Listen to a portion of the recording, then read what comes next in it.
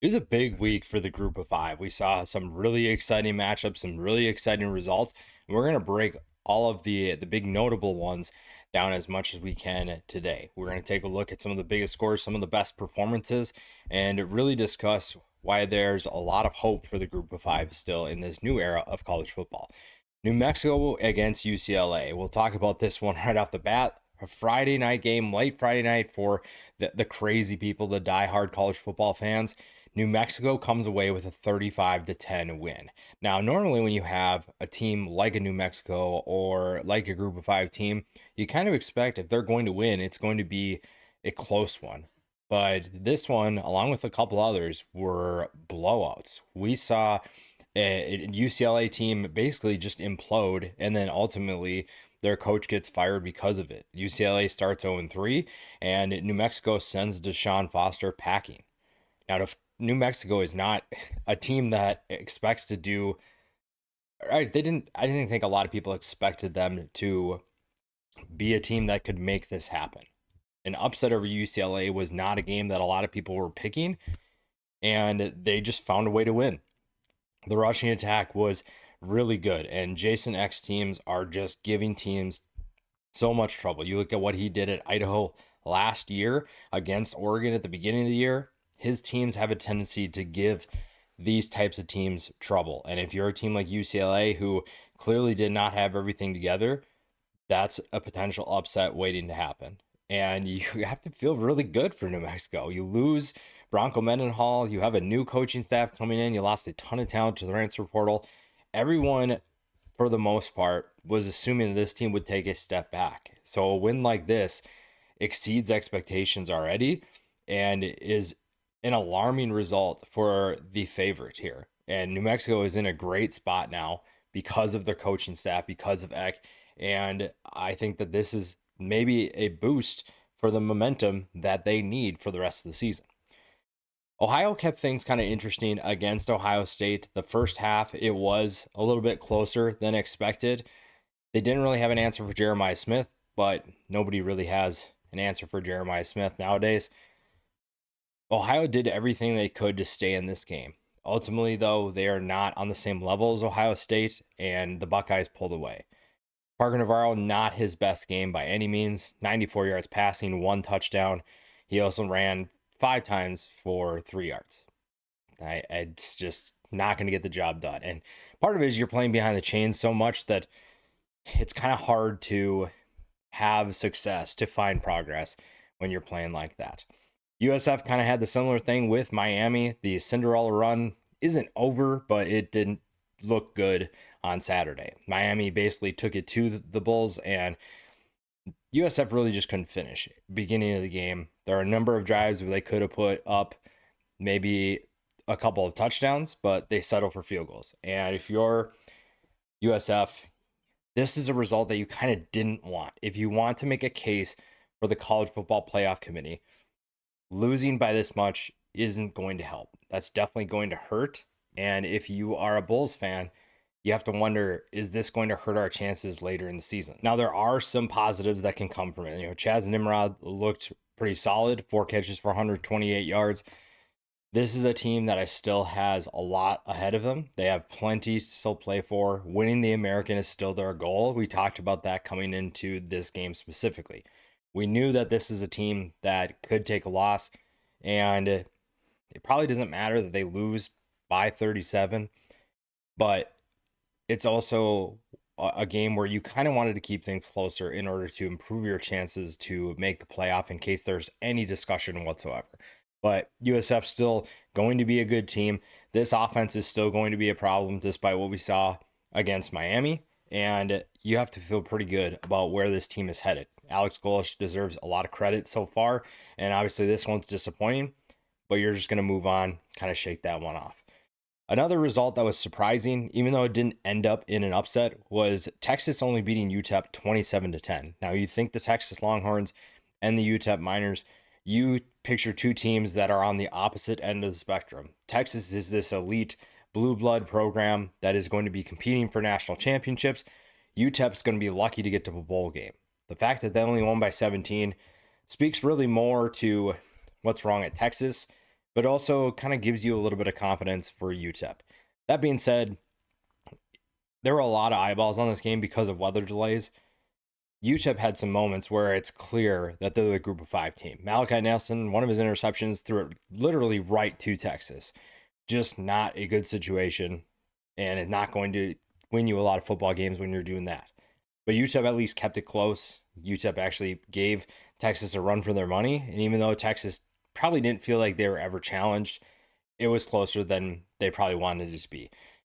The same kind of can be said for the first half of Illinois and Western Michigan. Western Michigan was keeping things kind of low scoring early on, and Illinois found a way to pull away late. Now, this is the second Big Ten team that Western Michigan has faced, and they're probably glad that that's going to be over. And the attention now turns to who's going to be their quarterback. Brock Lowry, to me, should be the guy. I think that overall, he appears to have the highest ceiling of the two options. I think that he is a solid player for them, and it's just going to come down to when you actually get to playing competition that's more on your level, how do you perform? Because you're not going to beat Illinois, you weren't going to beat Michigan State, and you did what you could there. But now you have to turn your attention to how do we beat a team like Toledo this weekend? How do we make sure we're competitive? The quarterback position is going to play a big role in that. Oklahoma and Temple went exactly how everyone predicted it would go. Oklahoma took care of business. John Mateer was solid. Temple obviously struggled, but I think Temple is still in a really good position. Again, you're playing Oklahoma, you're playing an SEC opponent. It was at home, which is a really random game for that to be at home. Temple hosting Oklahoma is just very unique. Part of why we love college football, though, right? That's why we like it, is that there's so many of these random matchups. Another one, Iowa State, Arkansas State. This one was a little bit different. Iowa State struggled against this Arkansas State offense. They struggled to make some plays at times. And now Iowa State obviously held them to 16 points because they had more talented players. But schematically, there were times where Arkansas State could have done more damage. It's just that Iowa State was sending or getting a lot of pressure with the guys that they had up front. And Jalen Rayner is a little bit on the smaller side. So making some of those throws was really tough. But you have to give Arkansas State's defense credit because Iowa State struggled to pull away in this one. They were not having a great time moving the football down the field. And maybe that speaks to what Iowa State is going to look like the rest of the year.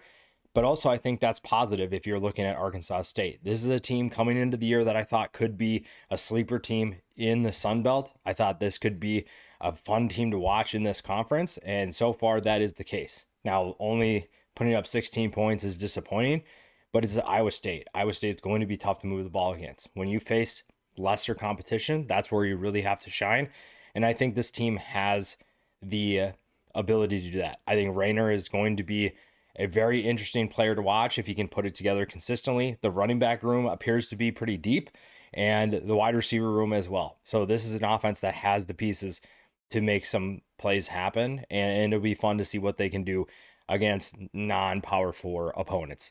Utah kind of struggled. It's kind of the theme here, right? The Power 4 teams have kind of struggled early against group of 5 teams, and Utah kind of struggled a little bit pulling away from Wyoming. Ultimately, they do.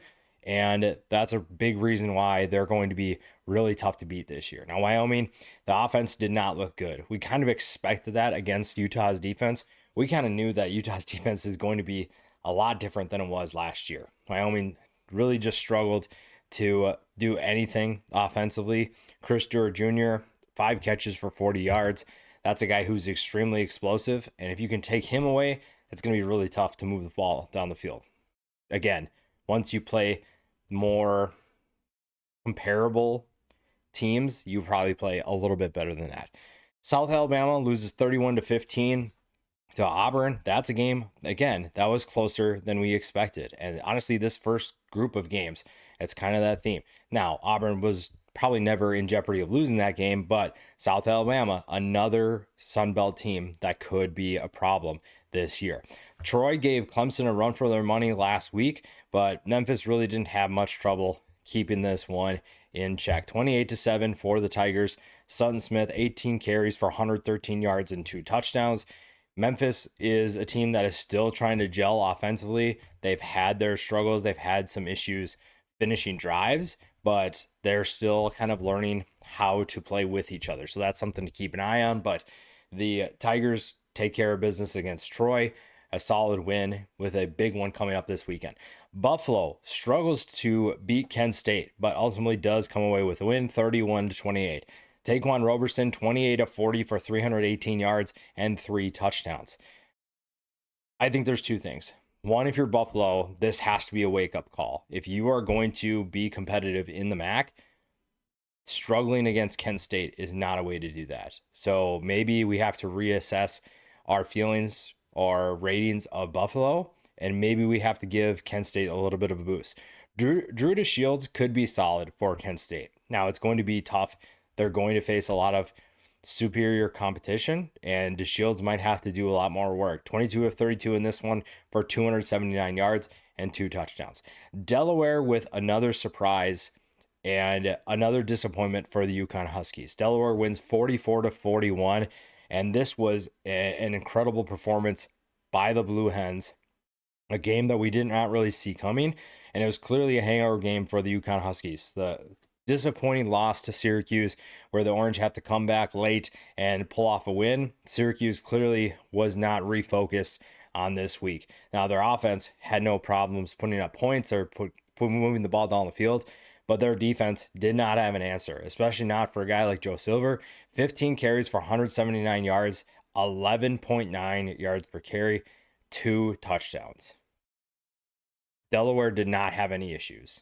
They did not have problems moving the ball, and UConn struggled. And if you're Delaware, you have to feel really good about where you're sitting, especially in Conference USA, where that conference is wide open right now. North Texas didn't have the most exciting win of the group of 5, but they definitely made a statement. 59-10 over Washington State. The defense produces 5 turnovers. That's probably going to help you win a lot of football games. That probably helps them win almost every game on their schedule. And that's going to help an offense that clearly doesn't really need a ton of help, but they'll take anything that they get. And Drew Messmaker is a big reason why. 24 of 29 for 211 yards and 4 touchdowns. This offense is right on track where they need to be. The first 3 games have looked really good, and it's a reason why we talked about them as a potential contender in the American.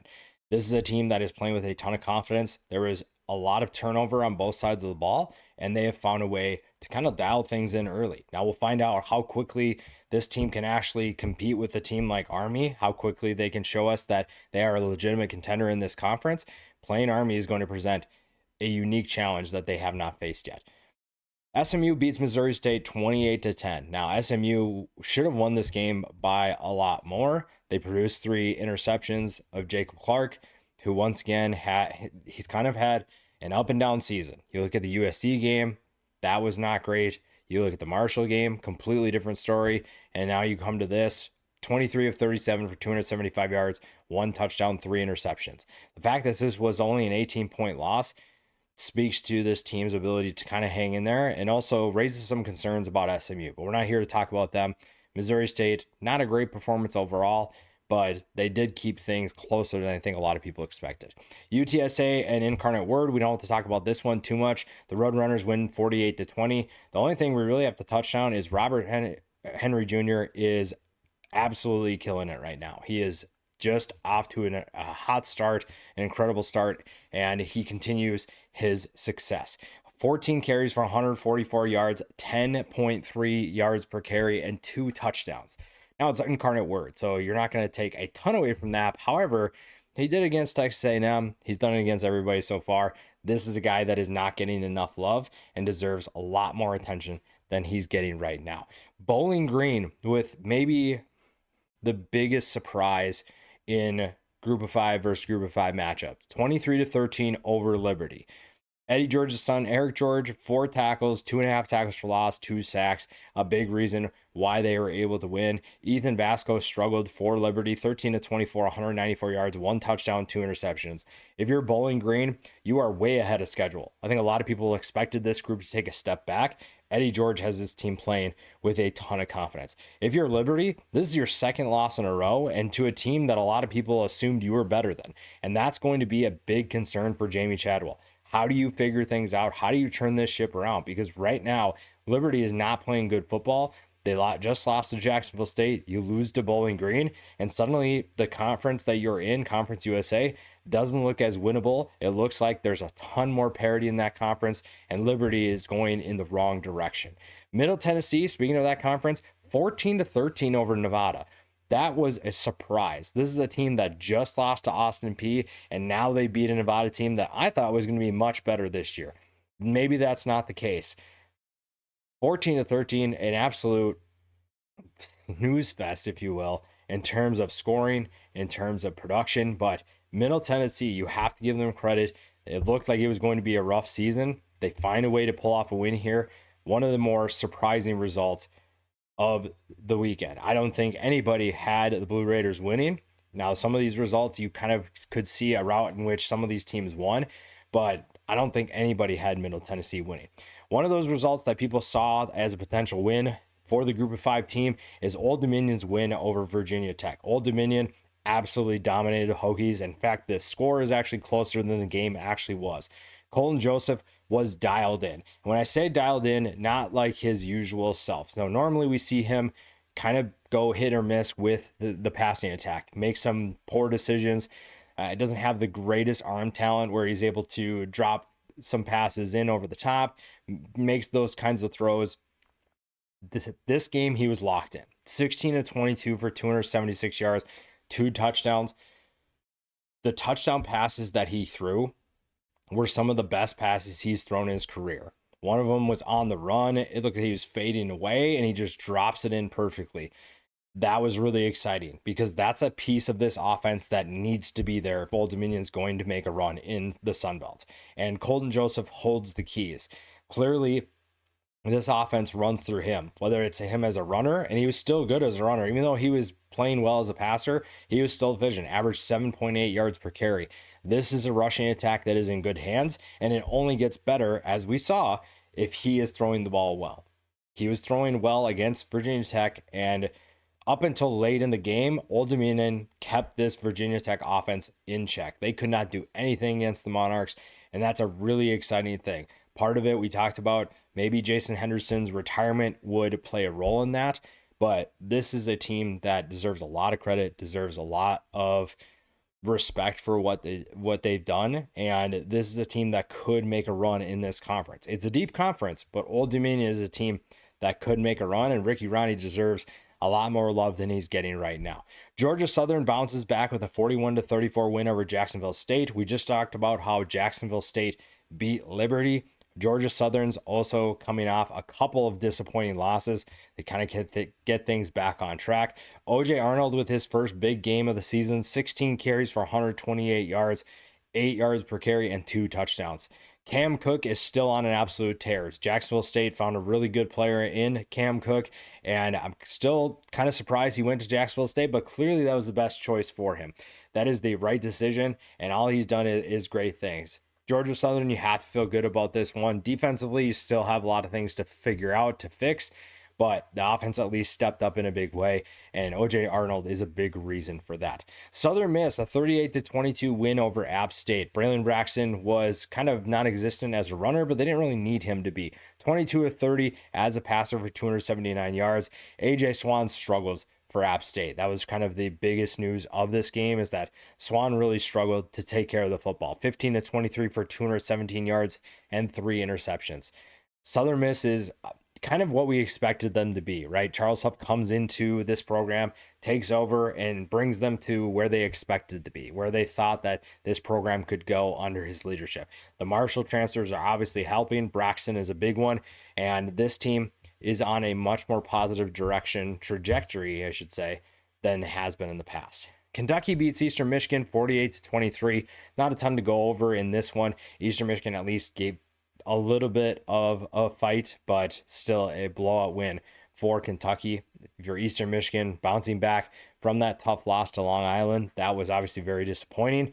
Getting back to where you need to be to show that you can be a tough out, if you will, especially in this conference, was something they needed to do. And even though they lost, I think there were some promising signs for this program moving forward. One of the bigger surprises in the group of 5 is Louisiana Tech is now 2-1 thanks to a 49-14 win over New Mexico State. Blake Baker, 8 of 16 for 182 yards and 1 touchdown. He also ran for 103 yards and another score. This is a team they have a big one coming up this weekend. They are surprising a lot of people right now. And if Sonny Cumbie wants to keep his job, that has to continue. ECU took care of business against Coastal Carolina, 38-0.